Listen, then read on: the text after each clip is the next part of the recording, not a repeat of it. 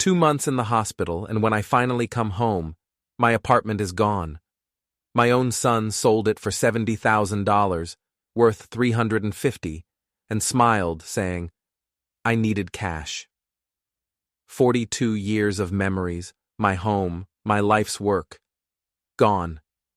I wasn't defeated. I was just getting started.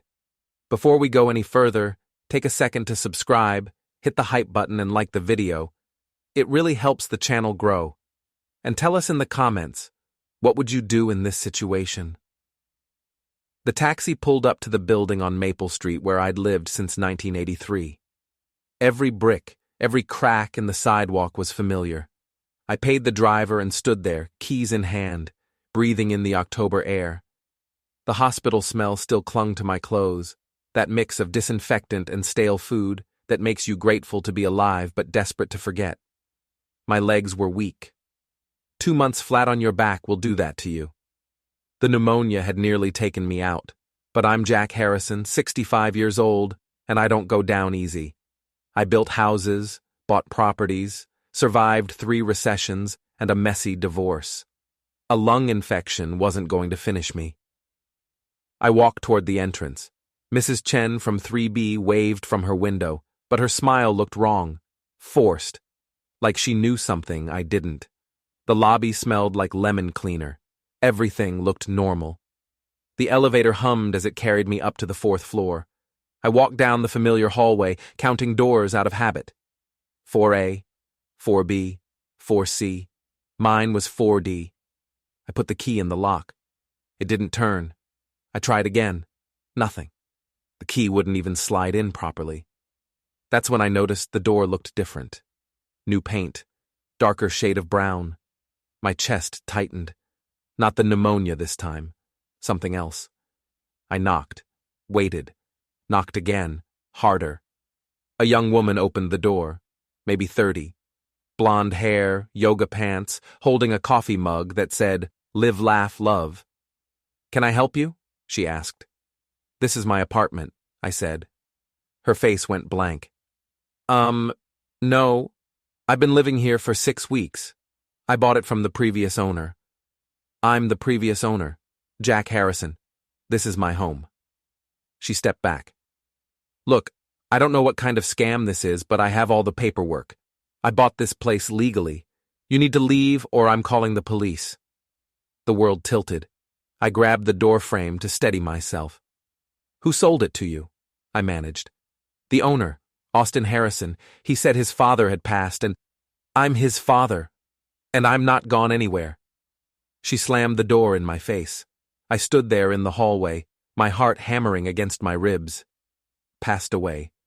Austin told her I was gone. My own son declared me finished while I was fighting for my life in a hospital bed. I pulled out my phone with shaking hands and called him. He answered on the 3rd ring. "Dad, you're out. That's great." His voice was casual, cheerful even. "Austin, where's my apartment?" Silence. Then, "Oh, yeah, about that." "About that? That's all you've got?" "Look, Dad, I needed the money. You weren't using it. You were in the hospital, and the doctors said..." "Said what? That I was going to expire? So you thought you'd cash out early?" "Don't be dramatic. It was just an apartment. You can stay with me and Kayla until we figure something out." Just an apartment. 42 years of my life. The place where I raised him after his mother left. The walls I painted. The floors I refinished with my own hands. Every corner held a memory. His first steps, his high school graduation photos on the mantel, the kitchen table where we'd eaten 1,000 meals together. Just an apartment. "How much did you sell it for?" I asked quietly. $70,000. It was a quick sale, so... "It's worth $350,000, Austin, minimum." Another pause. "Well, the market's tough right now, and I needed cash fast for some investments. You'd do the same thing." "No, I wouldn't.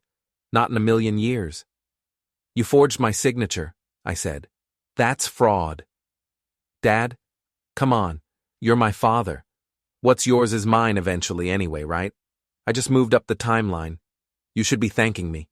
I got you out of that old place. Time for you to downsize anyway." The line went silent except for my breathing. "Austin," I said slowly, "you have no idea what you've just done." "What's that supposed to mean?" I hung up. My hands were steady now. The weakness in my legs was gone. Something cold and clear had settled over me like ice water. I took the elevator back down and walked outside. The autumn sun felt good on my face. I pulled out a cigarette.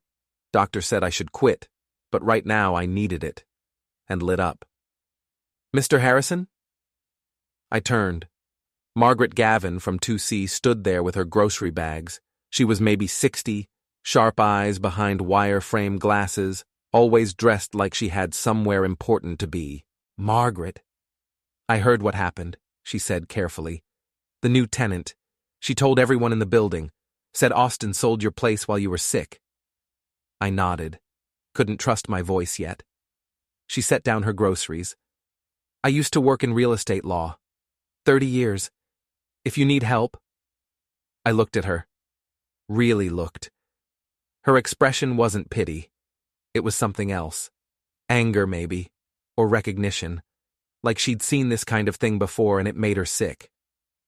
"I might take you up on that," I said. "My door's always open. 2C. Anytime." She picked up her bags and headed inside.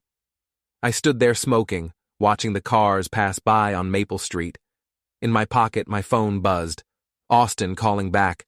I let it go to voicemail. They thought I was old, weak, done for. My own son thought he could erase me like I was already in the ground. He was wrong. I had built an empire from nothing, lost it, built it again. I'd survived bankruptcy, divorce, illness, and every punch life could throw. I wasn't some helpless old man waiting to fade away.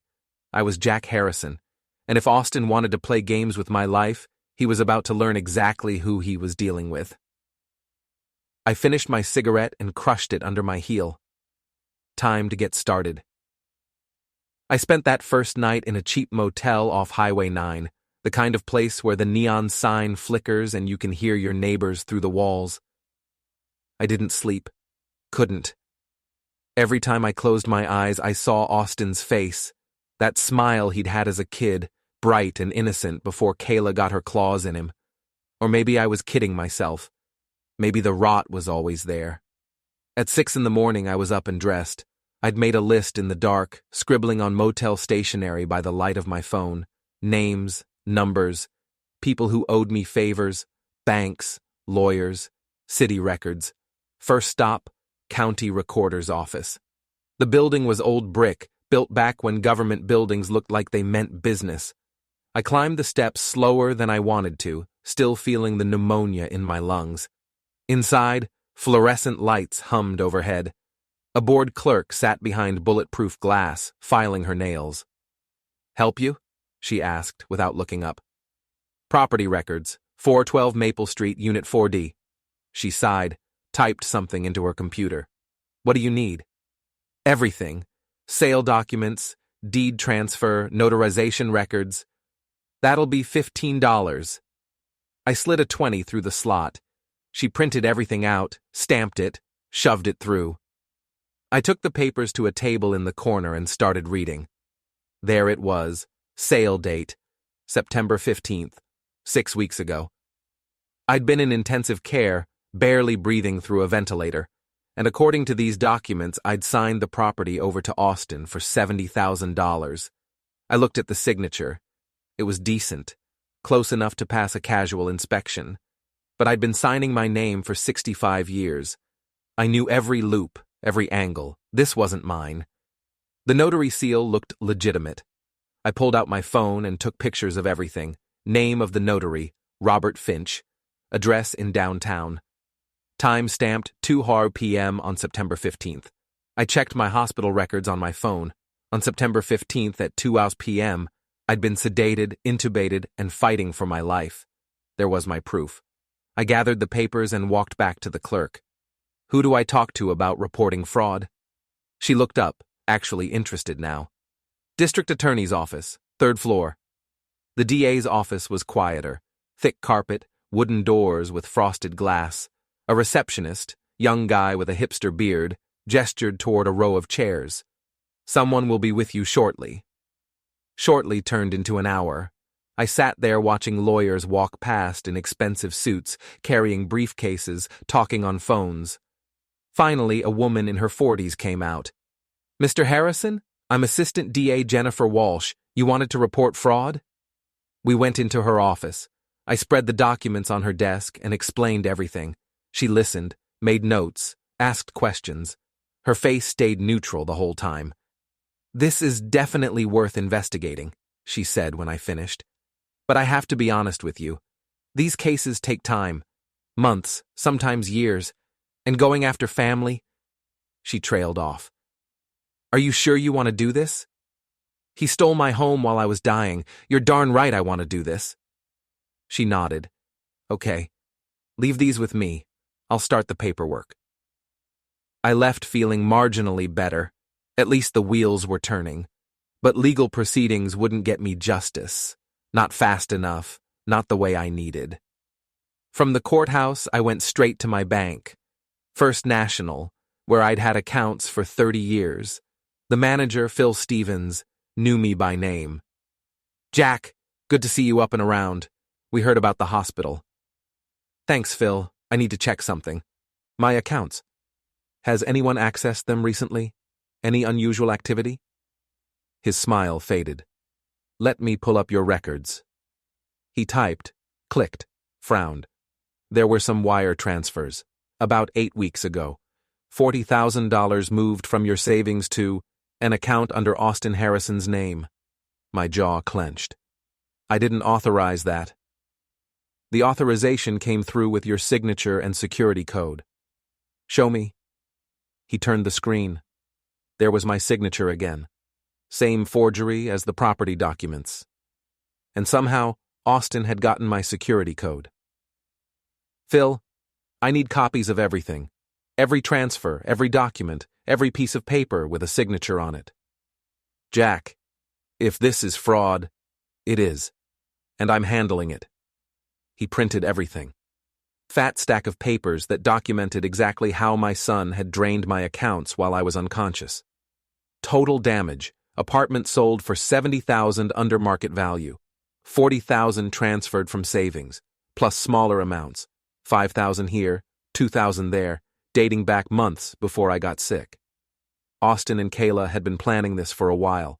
I left the bank and sat in my rental car, a basic sedan, all I could afford now, and stared at the papers. The rage was building, hot and sharp, behind my eyes. But I forced it down. Anger was useless. Anger made you stupid. I needed to be smart. My phone rang. Margaret Gavin. "Mr. Harrison? It's Margaret from 2C. Do you have time to talk?" "Yeah." "Where?" "There's a coffee shop on 5th Street, Corner Cafe. Can you meet me there in 20 minutes? "I'll be there." The cafe was small, brick walls covered in local art, the smell of espresso and cinnamon. Margaret was already there, sitting at a corner table with a laptop open. I got coffee, black, no sugar, and sat down. "I did some digging," she said without preamble. "Your son and his wife, they're in deeper than you thought." She turned the laptop toward me. Financial records, property listings, LLC registrations. "How did you get all this?" I asked. "I still have contacts in the business, and I might have done some creative searching. Nothing illegal, but let's say I know where to look."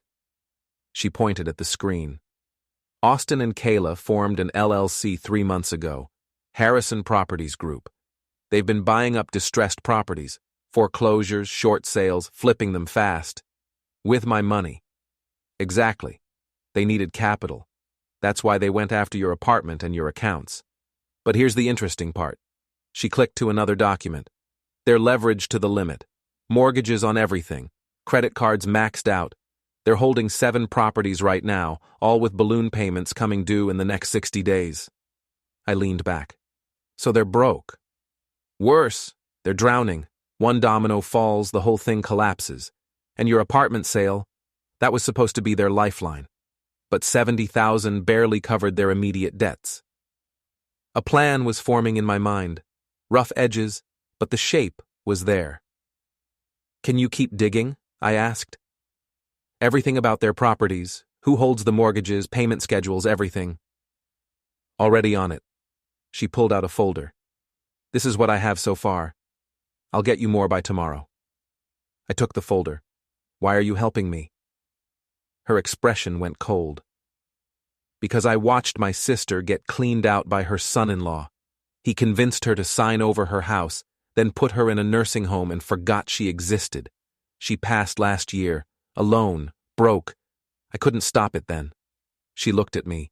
But I can help you now. Thank you. Don't thank me yet.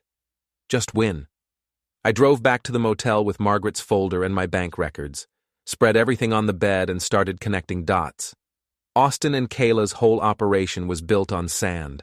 They were gambling that they could flip properties fast enough to stay ahead of their debts. But what if their properties suddenly became unsellable? What if their buyers backed out? What if their creditors decided to call in their loans? I picked up my phone and started making calls. First call, Larry Bennett, inspector I'd worked with for 20 years. Larry, it's Jack Harrison. Yeah, I'm good. Listen, I need a favor. Properties owned by Harrison Properties Group LLC. I need thorough inspections. Every code violation, every structural issue, everything. Second call, Tom Rodriguez. No, scratch that. Tom Walsh, City Zoning Commissioner. Tom, Jack Harrison. Been a while. Those properties on Elm Street and Oak Avenue, Harrison Properties Group.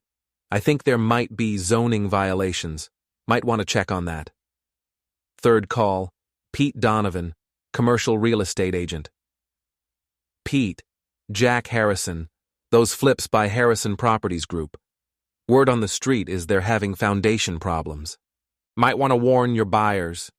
One call after another. Each one a small wedge driven into Austin's operation. By midnight, I'd made 23 calls.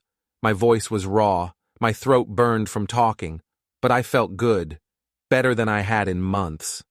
Austin thought he was smart, thought he could steal from me and get away with it. He was about to learn different. 3 days later, I moved into Margaret's spare room. She'd insisted. The motel was eating into my limited funds, and besides, she said she liked having someone around. Her husband had passed 5 years ago, and the apartment felt too empty. I didn't argue. I needed a base of operations, and Margaret's place was perfect. 2 bedrooms, good internet, and right in the same building where my stolen apartment sat 4 floors up.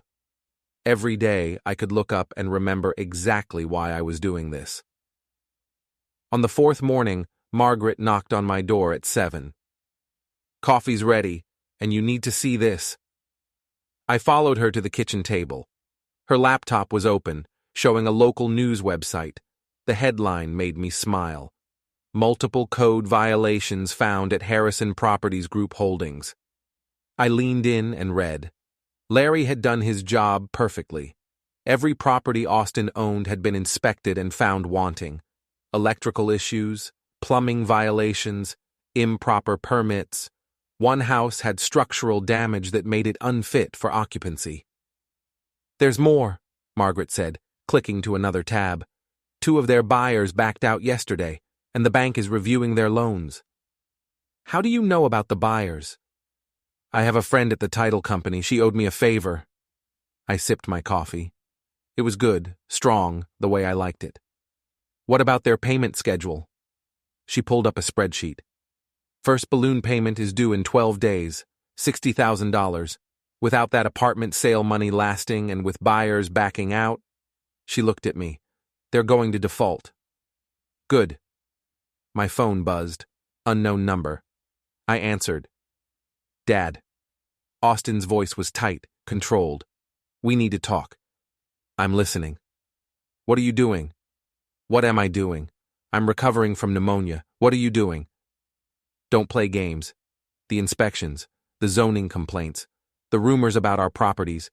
That's you. I said nothing. Dad, you need to stop. You're messing with my business. This is my livelihood. Your livelihood? Built with my money, in my stolen apartment. I explained that. It was a misunderstanding. We can work this out. No misunderstanding. You forged documents, stole from my accounts, declared me done while I was fighting to breathe. That's not a misunderstanding, Austin. That's betrayal. His voice went hard. You're going to regret this.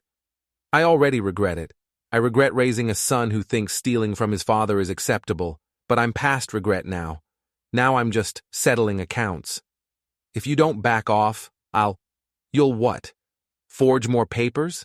Steal more money? I'm done being your victim, Austin. You made your choices. Now live with them.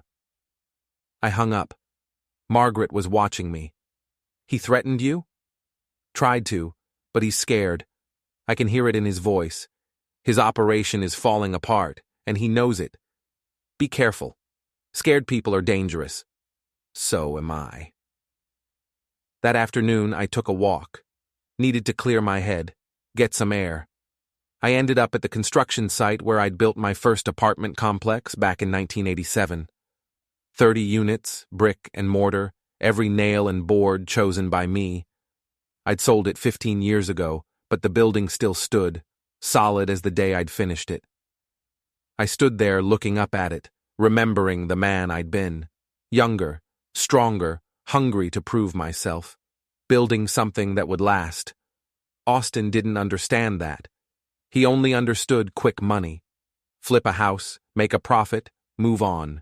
No pride in the work. No respect for what came before. My phone buzzed again. This time it was a text from a number I didn't recognize. Stay away from my husband. Kayla. Had to be. I texted back. Tell your husband to stay away from my money. 3 dots appeared, then disappeared. Then appeared again. We will ruin you. I smiled and pocketed the phone. They'd already tried that. Already taken everything they could. What else was there? That evening, Margaret and I sat at her kitchen table, going over documents. She'd gotten more intel from her contacts. Austin had a meeting scheduled for tomorrow afternoon at 3, his office downtown. He was meeting with his investors, the people who'd put up money for his property flips. They're getting nervous, Margaret said. The code violations, the backed-out buyers, it's making them question the whole operation. Can we get someone inside that meeting? She thought about it. Maybe.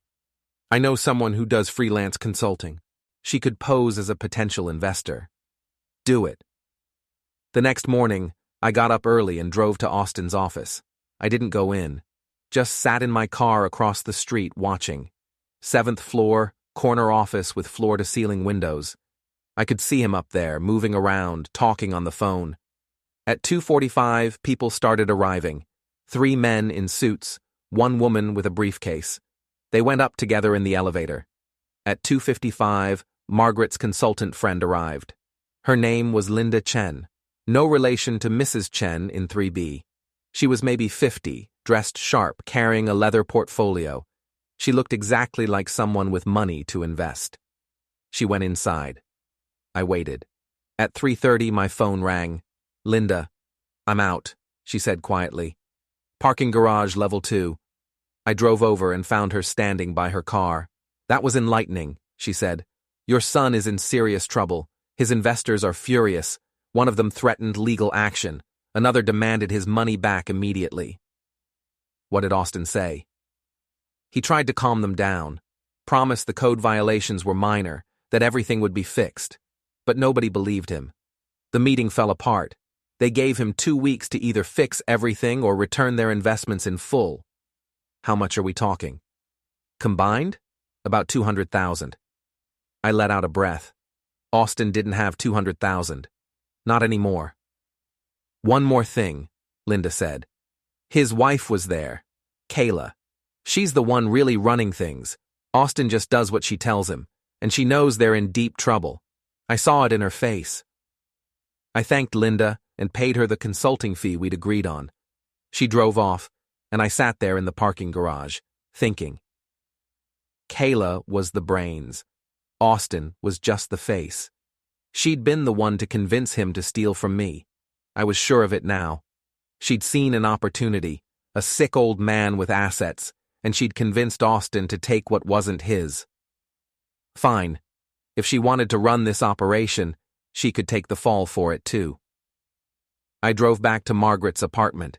She was on the phone when I walked in, but she waved me over excitedly. "Hold on," she said into the phone, then covered the mouthpiece. "Pete just called. The bank is foreclosing on 2 of Austin's properties. They're pulling the trigger next week." "Which properties?" She rattled off the addresses. Both were in decent neighborhoods. Both had buyers lined up before the code violations hit. "If those foreclose," I said slowly, "the other properties will follow. The whole thing collapses." "Exactly." She went back to her phone call. I walked to the window and looked out at the city. The sun was setting, painting the buildings orange and gold. Beautiful evening, the kind of evening that made you glad to be alive. Austin had tried to erase me, Kayla had tried to break me, but I was still here, still standing, still fighting, and I was winning. The dominoes started falling faster than I'd expected. On Tuesday morning, a moving truck pulled up to one of Austin's properties on Oak Avenue. Bank foreclosure. They were clearing it out before the auction. I wasn't there to see it. Margaret told me about it after one of her contacts called. But I could picture it. Austin's furniture, his appliances, his dreams of easy money, all being loaded into a truck and hauled away. On Wednesday, 2 more buyers backed out. Margaret's title company friend sent us the paperwork. Both cited the inspection reports and concerns about liability. On Thursday, Austin's biggest investor filed a lawsuit. Fraud, breach of contract, misrepresentation, the whole 9 yards. By Friday, Austin was hemorrhaging money and credibility. I spent most of that week in Margaret's apartment, making calls and building my case. I'd hired a lawyer, not a fancy one, couldn't afford that, but a bulldog named Patricia Gomez who specialized in elder fraud. She'd taken one look at my documents and gotten that gleam in her eye that lawyers get when they smell winnable. "This is textbook," she'd said. "Forged signatures, unauthorized transfers, financial exploitation of an incapacitated person. We can go after him criminally and civilly." "How long?" "Criminal case? Months, maybe a year. Civil suit? We could move faster, especially if we can prove ongoing harm and get an injunction to freeze his assets." "Do it." She'd filed the paperwork that afternoon. On Friday evening, Margaret knocked on my door with her laptop. "You need to see this." I followed her to the kitchen. She'd pulled up Austin's social media. His business page, Harrison Properties Group, had been flooded with negative reviews. 1 star after 1 star. Comments about fraud, shoddy work, code violations. "Did you do this?" I asked. "Not me." But word spreads fast in real estate circles. Once people found out about the inspections and lawsuits, they started talking. I scrolled through the comments. Some were from former clients. Others were just people piling on. Either way, Austin's reputation was torched. "There's something else," Margaret said, clicking to another tab. His wife's Instagram. Kayla's page was public. Photos of her and Austin at fancy restaurants, vacation shots from the Bahamas, selfies in designer clothes. The comments on recent posts were brutal. "Is your husband a thief? How does it feel to steal from old people? Karma's coming for you both. She locked her accounts an hour ago," Margaret said, "but the damage is done." I sat back. This was psychological warfare now. Public shame, social pressure, reputation destruction. The things that hurt worse than losing money. My phone rang. Patricia Gomez. "Jack, we got the injunction. Judge signed it this afternoon. Austin's assets are frozen until the civil case is resolved. He can't sell, transfer, or mortgage anything." "How long until trial?" 3 months, maybe 4. But the injunction is immediate. He's locked up tight." I thanked her and hung up. Margaret was smiling. "He can't move, can't sell, can't do anything." "No," I said. "He can't." That night, I couldn't sleep. Too much adrenaline. I kept thinking about the next steps. The injunction was good, but it wasn't enough. I needed Austin to feel what I'd felt when I came home and found my apartment gone. That gut punch moment when your world tilts and nothing makes sense. I needed him to lose something he couldn't get back. At 2 a.m, I got up and made coffee. Sat at Margaret's kitchen table with my legal documents spread out. The property records, the bank statements, the forged signatures. And then I saw it. Something I'd missed before. The notary who'd certified the forged property documents, Robert Finch, he'd also notarized several other documents for Austin. Business loans, LLC paperwork, a mortgage application. If Finch had notarized a forged signature once, maybe he'd done it multiple times, and if I could prove he was part of the fraud. I grabbed my phone and texted Patricia, "The notary, can we go after him too?" She replied immediately, "Already on it. If we can prove he knew the signature was forged, it's conspiracy. Notary fraud is a felony." I smiled. The net was tightening. The next morning, Saturday, I decided to do something I'd been avoiding. I drove to Austin's office, not to confront him, not yet. Just to see where he operated, know the territory. The building was modern glass and steel, the kind of place where startups and small businesses rent office space by the square foot. I parked across the street and watched. At 9:30, Austin arrived. He looked terrible, disheveled, bags under his eyes, moving like a man carrying the weight of the world. Kayla was with him. She looked better, more composed, but I could see the tension in her shoulders. They went inside. I waited. At 10:15, a man in an expensive suit showed up. Late 50s, silver hair, angry expression. He went straight to the building entrance and pressed the intercom. After a moment, he was buzzed in. One of Austin's investors. Had to be. 20 minutes later, he came back out. He was on his phone, yelling at someone. I couldn't hear the words, but his body language said it all. He was furious. The investor got in a BMW and peeled out of the parking lot. I started my car and followed him. Not close. I knew how to tail someone without being obvious, but close enough to see where he went. He drove to a law office downtown, parked, and went inside. The sign out front said, "Morrison and Associates, Civil Litigation." Another lawsuit coming. Austin was about to be buried in legal problems. I drove back to Margaret's feeling satisfied. Everything was moving in the right direction, every piece falling into place. But I needed more. I needed the final piece that would break Austin completely. That afternoon, Margaret and I sat down with all our intel. 3 weeks of investigation, documentation, surveillance. We'd built a complete picture of Austin and Kayla's operation. "What's left?" Margaret asked. "The auction," I said. She frowned. "What auction?" "The bank foreclosure. Oak Avenue property. It goes to auction in 10 days. That's where Austin will be. He'll try to buy it back, keep it from selling to someone else. It's his last chance to salvage something." "Can he afford it?" "No, but he'll try. He's desperate, and desperate people do stupid things." Margaret nodded slowly. "So what are you thinking?" "I'm thinking I show up at that auction, in front of the bank, the investors, everyone, and I make sure Austin knows exactly who destroyed him." "That's dangerous. He could what? He's broke, his reputation is ruined, his assets are frozen. What's he going to do?" She didn't have an answer for that. "Besides," I said, "I want him to see my face. I want him to know it was me. Otherwise, what's the point?" "Revenge," Margaret said quietly. "Justice," I corrected. "He stole from me. I'm taking it back." We spent the rest of the afternoon planning. The auction was at the county courthouse, public record. Anyone could attend. I'd register as a bidder, show up, and watch Austin's world crumble in real time. That evening, as Margaret made dinner, I stood at the window and looked up at the 4th floor. My apartment.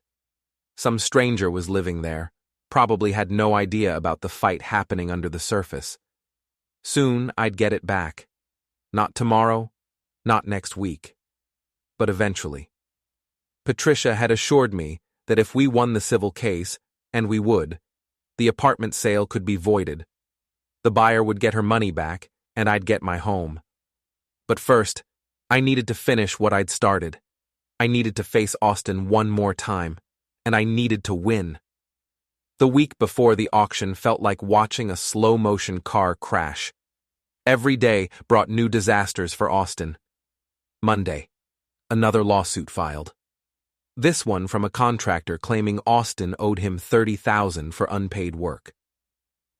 Tuesday, the local business journal ran an article about Harrison Properties Group's collapse. They'd interviewed former clients, investors, even the new tenant in my apartment. The headline, "Local Real Estate Venture Crumbles Amid Fraud Allegations." Wednesday, 2 more foreclosures announced. Austin was down to 3 properties, all of them underwater. Thursday, I got a call from Patricia. "The DA wants to meet with you. They're ready to press criminal charges." I met Jennifer Walsh, the assistant DA, on Friday morning. Same office, same neutral expression. "We have enough to charge him," she said, sliding a document across the desk. "Elder fraud, forgery, identity theft.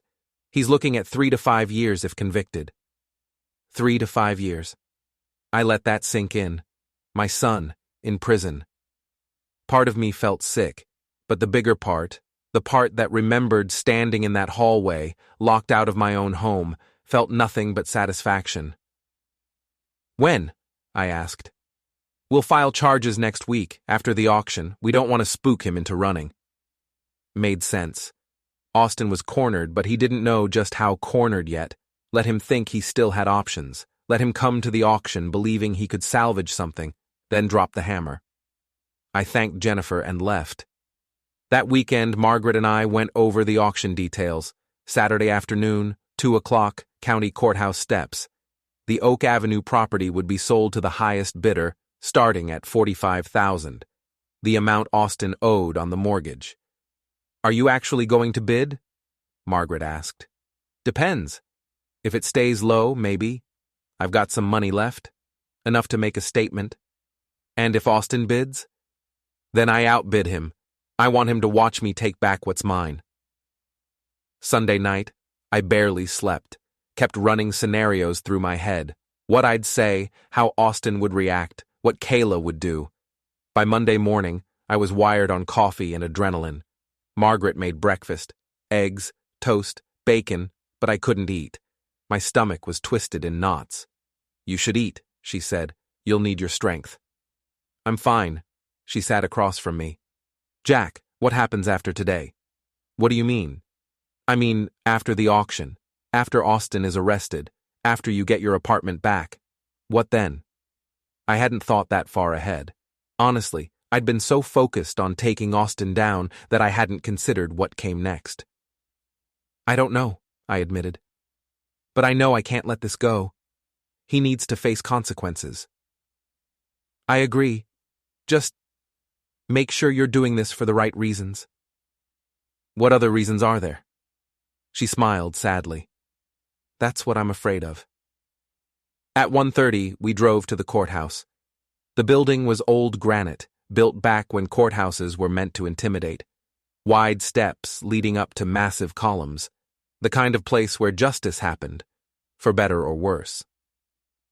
A small crowd had already gathered, maybe 20 people. Some were investors, some were real estate agents looking for deals. A few were just curious onlookers who'd read about Austin's collapse and wanted to watch the show. Austin and Kayla arrived at 1:45. They parked in the lot and walked toward the steps. Austin looked worse than he had a week ago. Thinner, paler, like he hadn't slept in days. Kayla looked angry.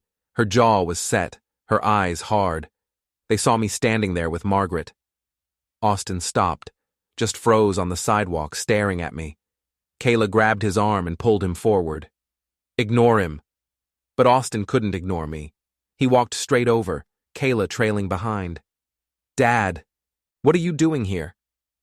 "Same thing you are, attending an auction." "This is my property." "Not anymore. Bank owns it now. Funny how that works. His hands clenched into fists. You did this. You destroyed everything I built. No, you destroyed it. I just exposed what you really are. Kayla stepped between us.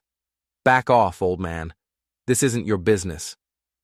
I looked at her, really looked. This woman had poisoned my son against me, convinced him that stealing from his father was acceptable, turned him into a criminal. You're right, I said. It's not my business. It's the DA's business now. And the banks. And your investors. You two are done. We'll see about that, she said, but her voice wavered. The auctioneer arrived at 2:00. Middle-aged guy with a clipboard and a microphone. He set up on the courthouse steps and called everyone to order.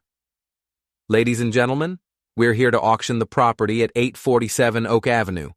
Foreclosure sale, sold as is. Starting bid is $45,000. Do I hear 45? Austin raised his hand. 45. The auctioneer pointed at him. 45. Do I hear 50? I raised my hand. 50. Austin's head whipped around. His eyes met mine. 55, he said. 60, I countered. The crowd was watching now. They could feel the tension.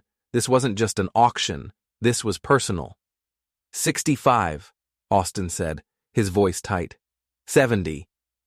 Kayla grabbed Austin's arm and whispered something. He shook his head. 75, he said. I didn't hesitate. 80. His face went red. 85. 90. The auctioneer looked between us. We're at 90,000. Do I hear 95? Austin looked at Kayla. She shook her head. They were tapped out. No more money. No more credit. No more options. Going once, the auctioneer said. Going twice. Austin's shoulders slumped. Sold for $90,000 to bidder number 7. The auctioneer pointed at me. I'd won. The crowd murmured.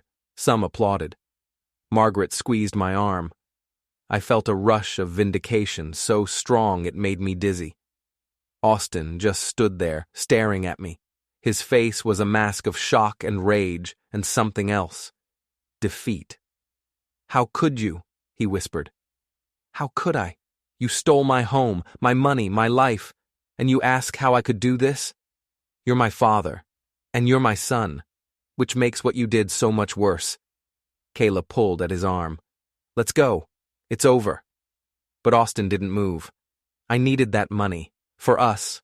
For our future. Your future? I stepped closer. You sold my past for your future. 42 years of my life gone, so you could play real estate mogul. And you didn't even have the guts to tell me to my face. You just forged my name and cashed out while I was dying. I didn't think. No, you didn't think. You never do. You just take what you want and assume there won't be consequences. I pulled out my phone and showed him the screen. Well, here's a consequence.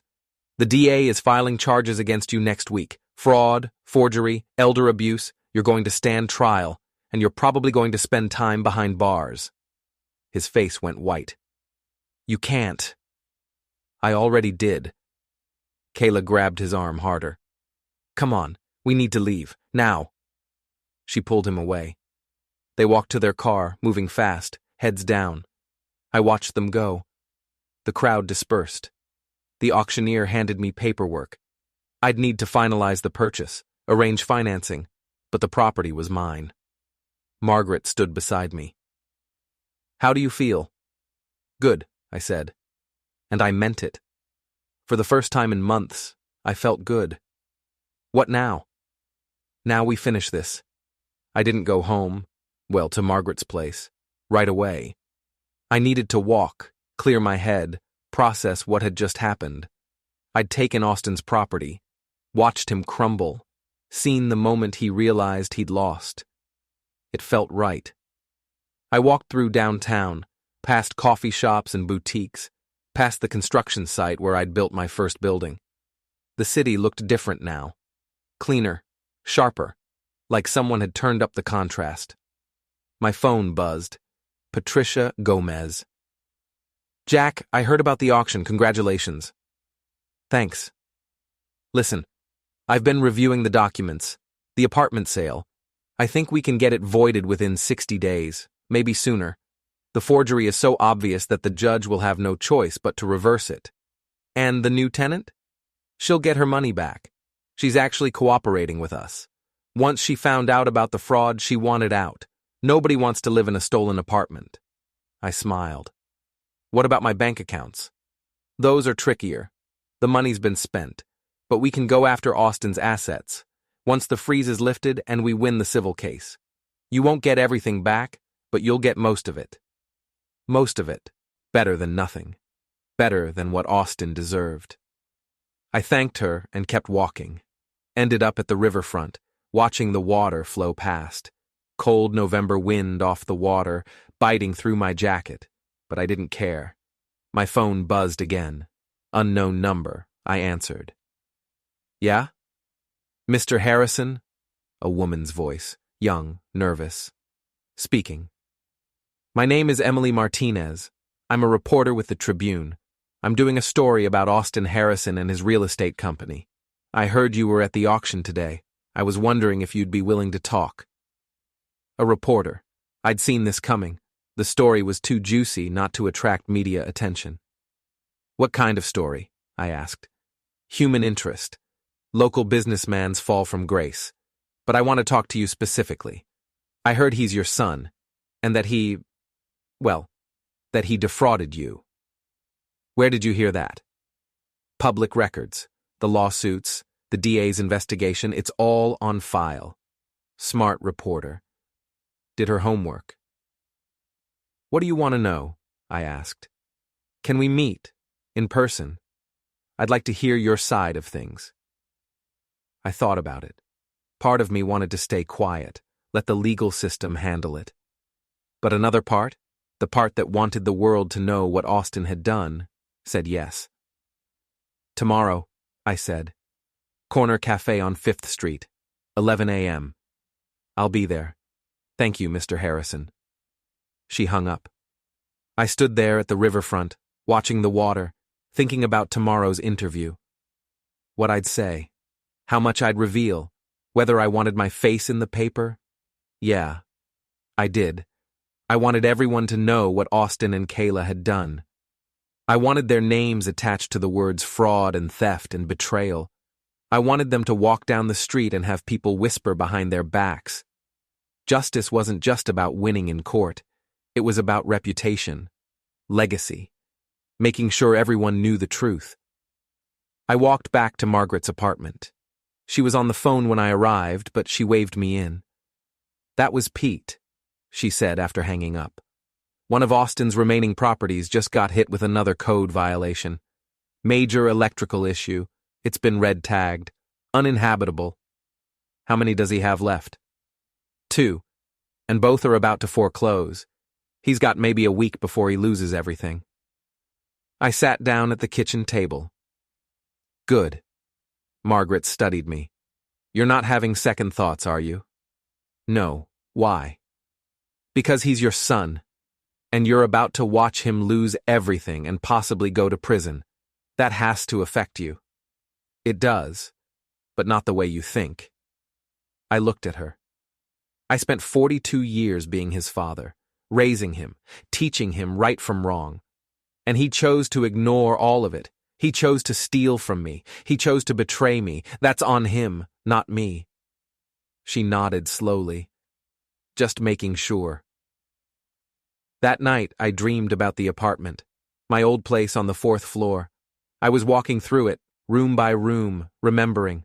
The kitchen where I'd taught Austin to cook scrambled eggs. The living room where we'd watched baseball games. The bedroom where I'd read him stories before bed. All of it gone. Sold off like it meant nothing. I woke up angry. The next morning, I met Emily Martinez at the cafe. She was maybe 30, dressed professionally, carrying a recorder and a notebook. We sat at the same corner table where Margaret and I had first planned Austin's downfall. Thank you for meeting me, Emily said. Let's get one thing straight, I said. I'm not doing this for sympathy.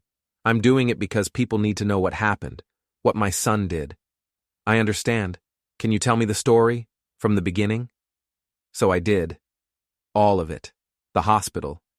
Coming home to find my apartment sold, the forged documents, the stolen money, the betrayal. Emily took notes, asked questions, recorded everything. Her expression shifted from neutral to shocked to angry as the story unfolded. How did you find out about the forgery? She asked. I went to the county recorder's office, compared the signature. It was close, but not mine. And the notary had certified it while I was unconscious in the ICU. Have you confronted your son about this? Yes. He tried to justify it. Said he needed the money. Said I'd do the same thing. Would you? Never. Not in a million years. She scribbled more notes. What's your goal here? What do you want to happen? I want him to face consequences, legal consequences, and I want everyone to know what he did. I want his reputation destroyed the way he tried to destroy my life. That's pretty harsh. He's still your son. He stopped being my son when he forged my signature and sold my home. The interview lasted an hour. Emily promised the article would run in tomorrow's paper, front page of the local section. I thanked her and left. That afternoon, Margaret and I finalized the Oak Avenue property purchase, signed papers, arranged financing through a credit union that specialized in foreclosure purchases. The place was mine now, officially. What are you going to do with it? Margaret asked. Fix it up, sell it, make back some of the money Austin stole. That's it? That's enough. My phone rang. Patricia again. Jack, we need to meet. Something's come up. We met at her office an hour later. She looked serious. Austin's lawyer called me, she said. He wants to negotiate. Negotiate what? A settlement. Austin will plead guilty to the fraud charges, pay restitution, and cooperate fully with the investigation. In exchange, the DA reduces the charges. Probation instead of prison time. I felt my jaw tighten. No. Jack, no. He doesn't get to steal from me and walk away with probation. He goes to trial. He gets convicted. He does time. Patricia sighed. I understand how you feel. But from a practical standpoint, a settlement gets you your money back faster. And it's a guaranteed win. Trials are unpredictable. I don't care about practical. I care about justice. Is justice him in prison? Or is justice you getting your life back? I didn't have an answer for that. Think about it, she said. You have 48 hours to respond to the settlement offer. I left her office feeling conflicted. Part of me wanted Austin behind bars, but another part, the pragmatic part that had built a business from nothing, knew Patricia was right. A settlement was cleaner, faster, more certain, but it felt like letting him off easy. I drove back to Margaret's, my mind spinning. She was making dinner when I arrived. Pasta, garlic bread, salad. You look troubled, she said. I told her about the settlement offer. What are you going to do? She asked. I don't know. What does your gut say? I thought about it. My gut said make him suffer, make him pay the way I'd paid. But my head said take the settlement. Get your money. Move on. I'll sleep on it, I said. That night, I couldn't sleep. Again. I kept thinking about Austin, about who he used to be, the kid who'd bring me coffee on Saturday mornings when I was working on a project, the teenager who'd helped me renovate houses during summer break, the young man who'd told me he wanted to be like me when he grew up. Where had that person gone? Or had he never existed at all? The article ran on Wednesday morning. Front page, local section, with a photo of me standing outside the courthouse. The headline, Father Fights Back After Son's Alleged Real Estate Fraud. Emily Martinez had done her job well. The story laid out everything. The hospital stay, the forged documents, the stolen apartment, the collapsing business empire. She'd interviewed the new tenant, the notary, even one of Austin's investors.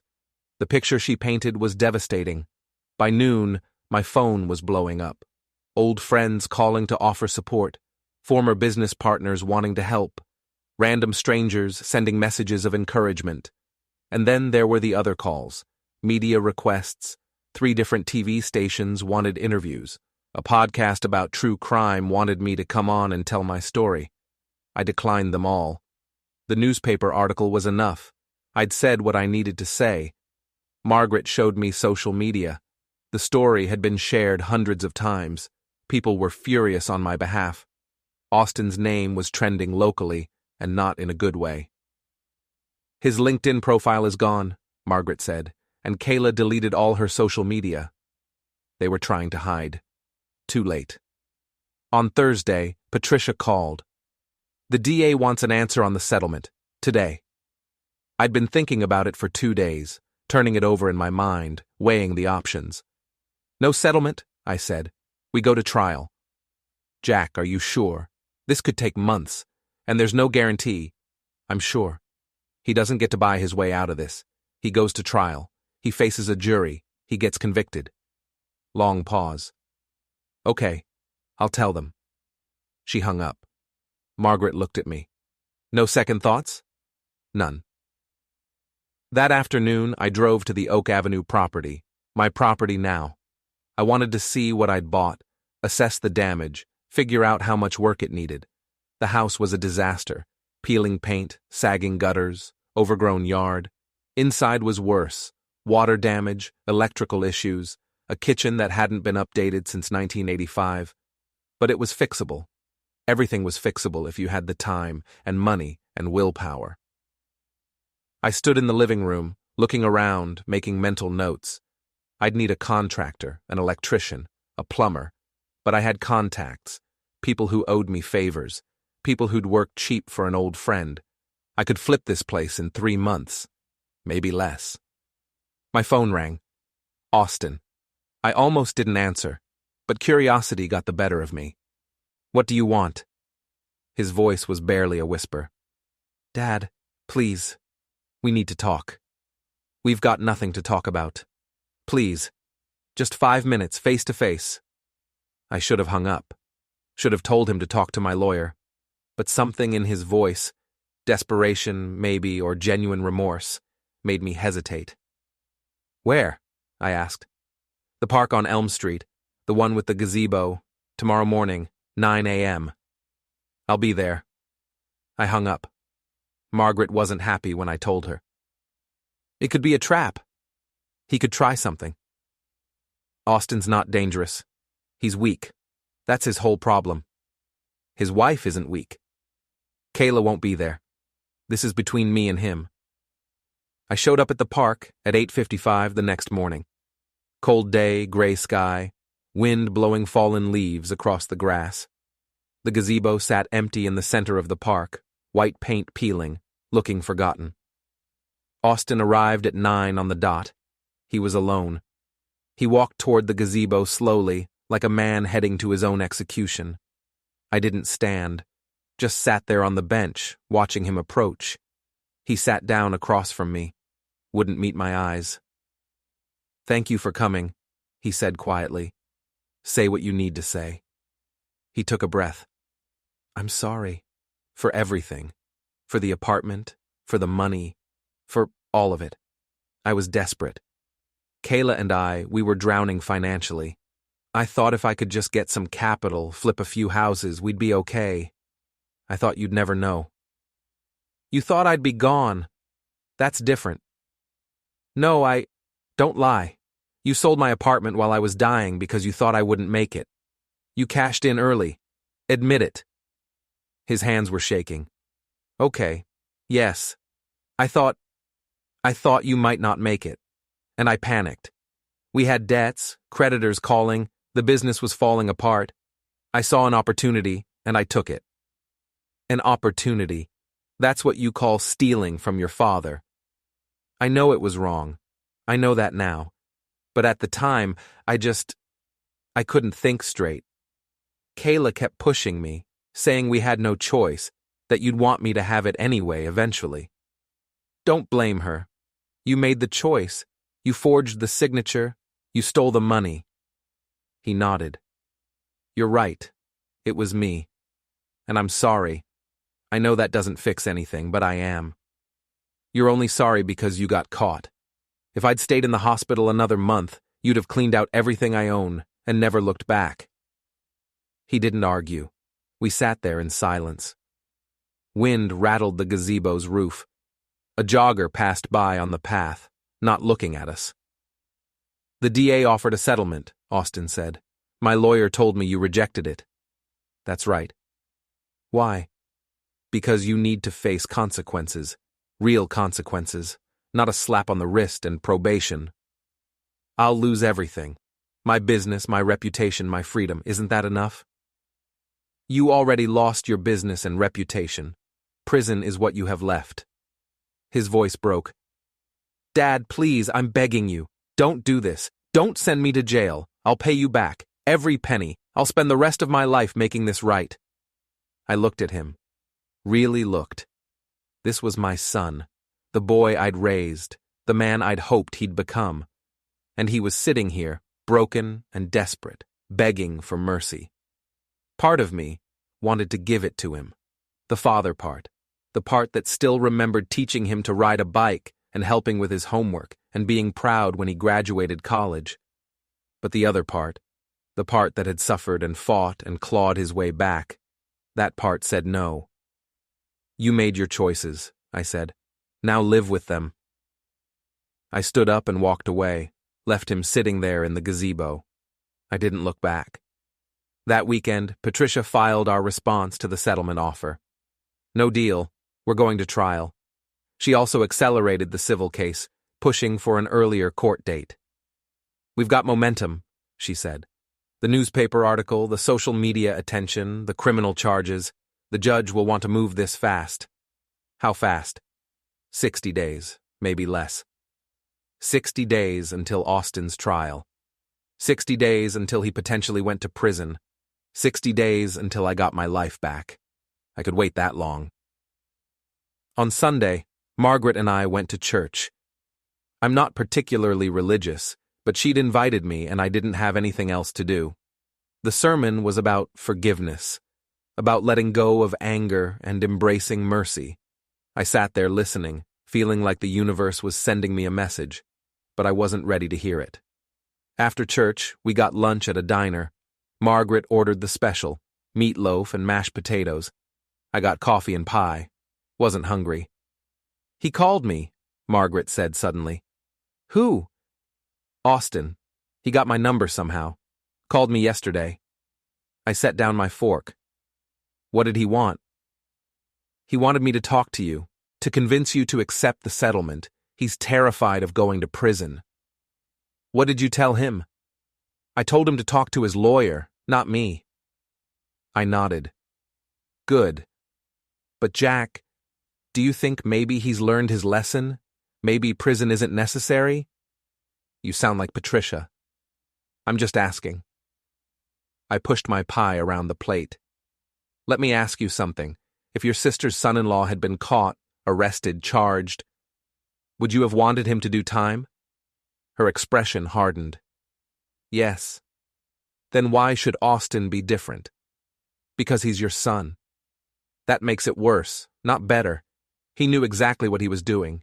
He knew it would hurt me. And he did it anyway." She didn't argue. We finished lunch in silence. The days began to blur.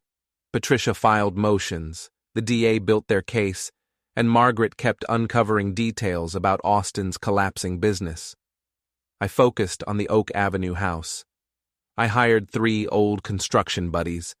We gutted the kitchen, rewired, fixed plumbing. Hard, exhausting work, but it felt good to build again. Then Jennifer Walsh from the DA's office called. Arraignment next Monday. I wouldn't need to attend, but would testify at trial. She warned Austin's lawyer would claim I was vindictive. "Let him try," I said. Austin pleaded not guilty. Bail. $50,000. Kayla posted it. Barely. They were broke. That night my ex-wife called. "Why are you doing this? He's your son." "He's your son too," I said. "He forged my signature." She warned I'd lose him forever. I lost him already. The DA deposed witnesses. The notary confessed to certifying false documents. Austin's partner was charged too. His lawyer filed endless motions. Denied. Meanwhile, I finished Oak Avenue. New paint, floors, kitchen, sold in a week for a tidy profit. Watching the young buyers, I realized I was building new memories. Trial was set for December 15th. Patricia prepped me. Stay calm, factual, not angry.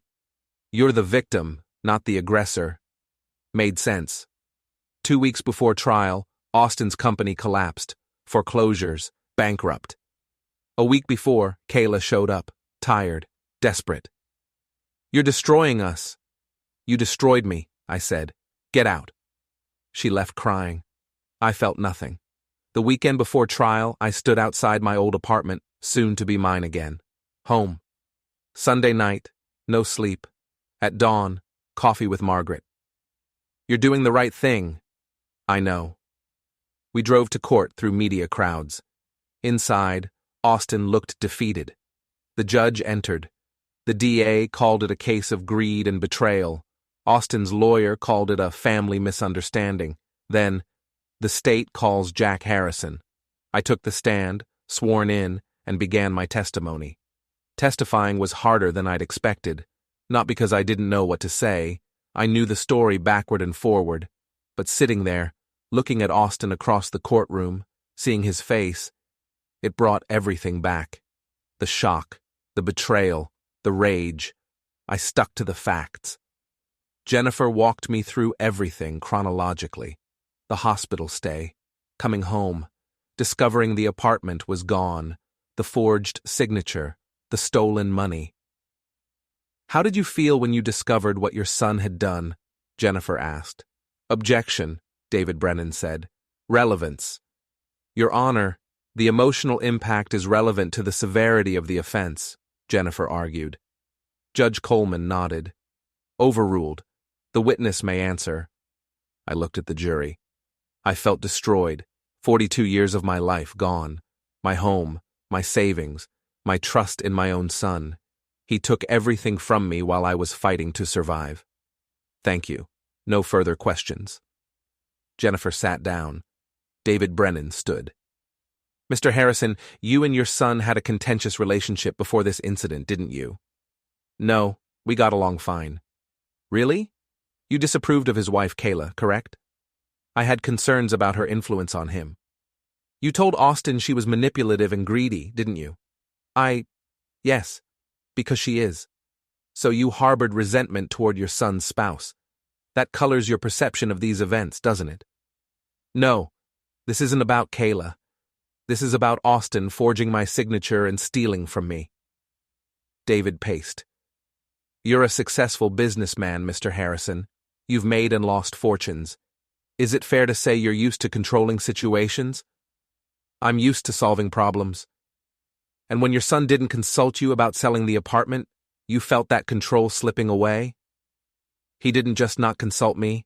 He forged my signature. That's fraud. Or maybe it was a desperate son trying to save his family's business, making a mistake in judgment. Have you never made a mistake, Mr. Harrison? Not fraud, not theft, not betrayal. David's expression hardened. You've spent months destroying your son's business, haven't you? Filing complaints, spreading rumors, manipulating auctions. Isn't this trial just an extension of your revenge? I kept my voice steady. I exposed fraud. Everything I did was legal and justified. But aggressive, vindictive even. Thorough. Judge Coleman interrupted. Mr. Brennan, do you have any questions about the actual charges?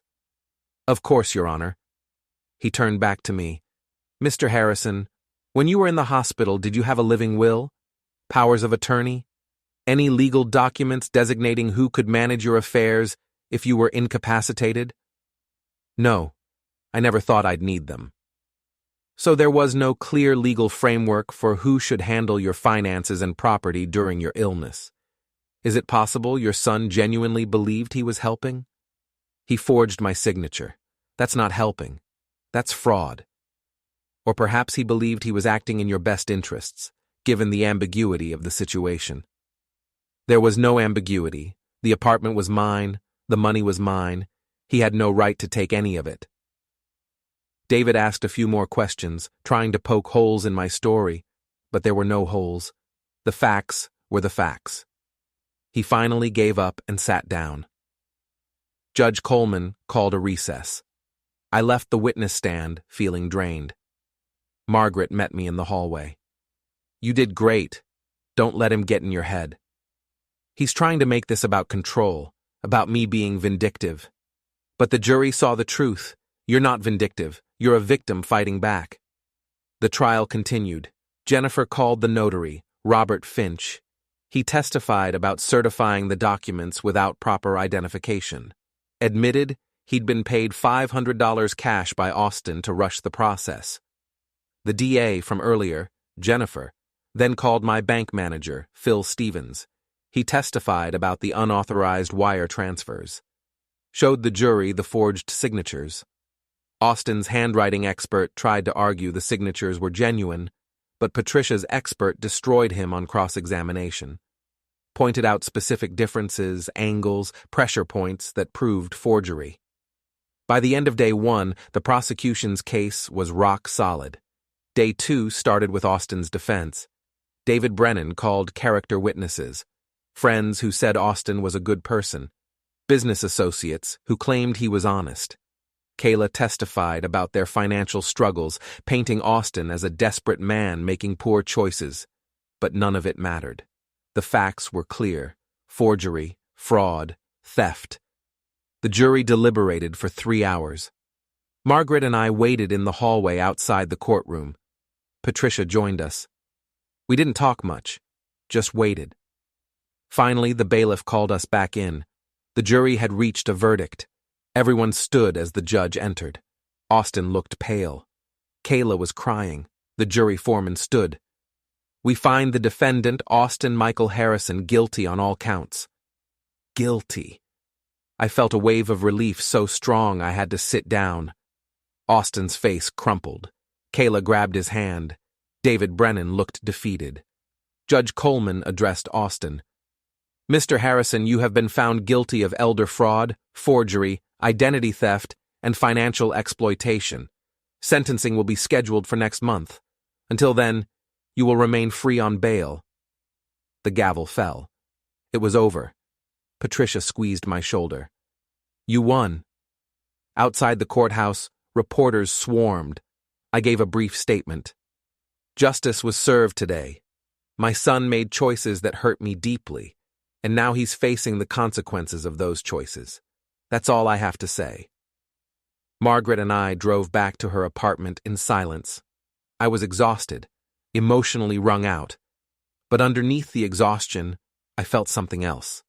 Satisfaction. That night, I slept deeply for the first time in months.